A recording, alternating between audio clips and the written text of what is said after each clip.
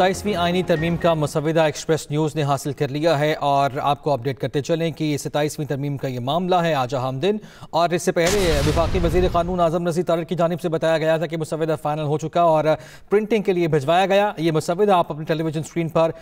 ملاحظہ بھی کر سکتے ہیں۔ 27ویں آئینی ترمیم کا یہ مسودہ ہے جو کہ ایکسپریس نیوز کی ٹیلی ویژن اسکرین پر آپ ملاحظہ کر رہے ہیں۔ یہ مسودہ ایکسپریس نیوز نے حاصل کر لیا ہے۔ 27ویں آئینی ترمیم جس پر حکومت اور پیپلز پارٹی کے مابین صبح سے ہم نے دیکھا کہ ڈیڈ لاک برقرار تھا اس کی دو شقوں پر، پھر طویل ملاقاتیں ہوئی جو 2 سے 3 گھنٹے تک ملاقاتیں جاری رہیں۔ اس کے بعد اس مسودے کو حتمی شکل دی گئی، اس پر اتفاق ہوا اور دونوں پارٹیز کے جو درمیان ڈیڈ لاک تھا اس ڈیڈ لاک کو ختم کیا گیا، اور یہ مسودہ فائنل جو کہ آپ اپنی ٹیلی ویژن اسکرین پر ملاحظہ کر رہے ہیں۔ 27ویں آئینی ترمیم کے حوالے سے مسلم لیگ نون اور پیپلز پارٹی کے اجلاس میں مذاکرات جو تھے وہ کامیاب ہوئے، اور وفاقی وزیر قانون اعظم نذیر تارڑ کے مطابق یہ انہوں نے بتایا کہ اتفاق کی رائے کے بعد مسودے کو حتمی شکل دے دی گئی ہے، اور اب یہ مسودہ ایکسپریس نیوز نے حاصل کر لیا ہے اور آج یہ مسودہ سینٹ میں پیش بھی کیا جانا ہے منظوری کے لیے۔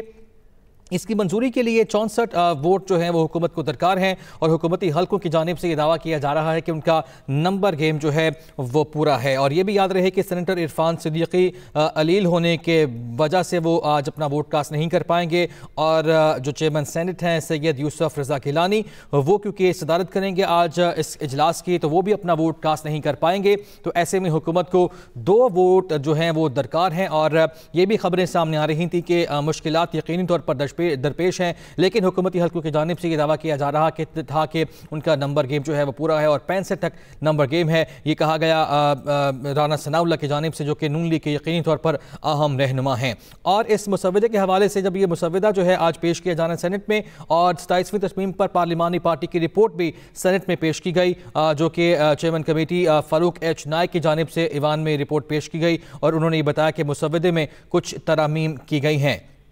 اور یہ بھی یاد رہے کہ صبح یہ خبریں سامنے آ رہی تھی کہ دونوں پارٹیز کا یعنی مسلم لیگ نون اور پیپلز پارٹی کا 2 شقوں پر اختلاف ہے۔ اس کے بعد ہم نے دیکھا کہ ملاقاتیں ہوئیں، اور اس ملاقاتوں کے بعد کچھ تبدیلیاں کی گئیں، اور تبدیلیاں مکمل ہونے کے بعد تبدیلیاں کرنے کے بعد یہ مسودہ مکمل ہوا،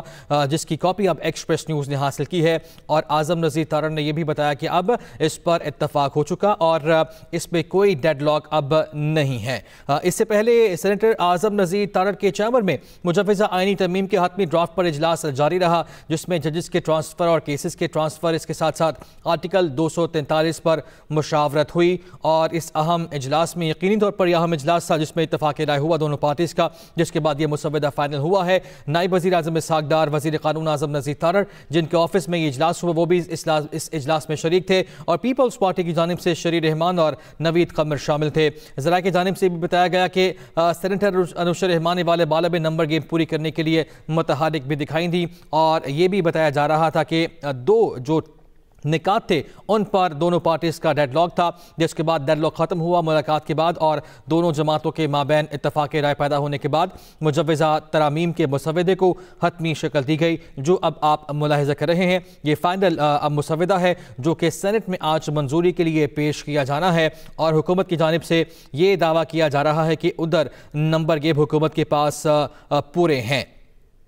اور دوسری جانب آپ کو یہ بھی بتاتے چلیں کہ پاکستان تحریک انصاف کا ان کے جو 2 سینیٹرز ہیں ان سے رابطہ منقطع بھی ہوا ہے، ایسی خبریں بھی سامنے آ رہی ہیں۔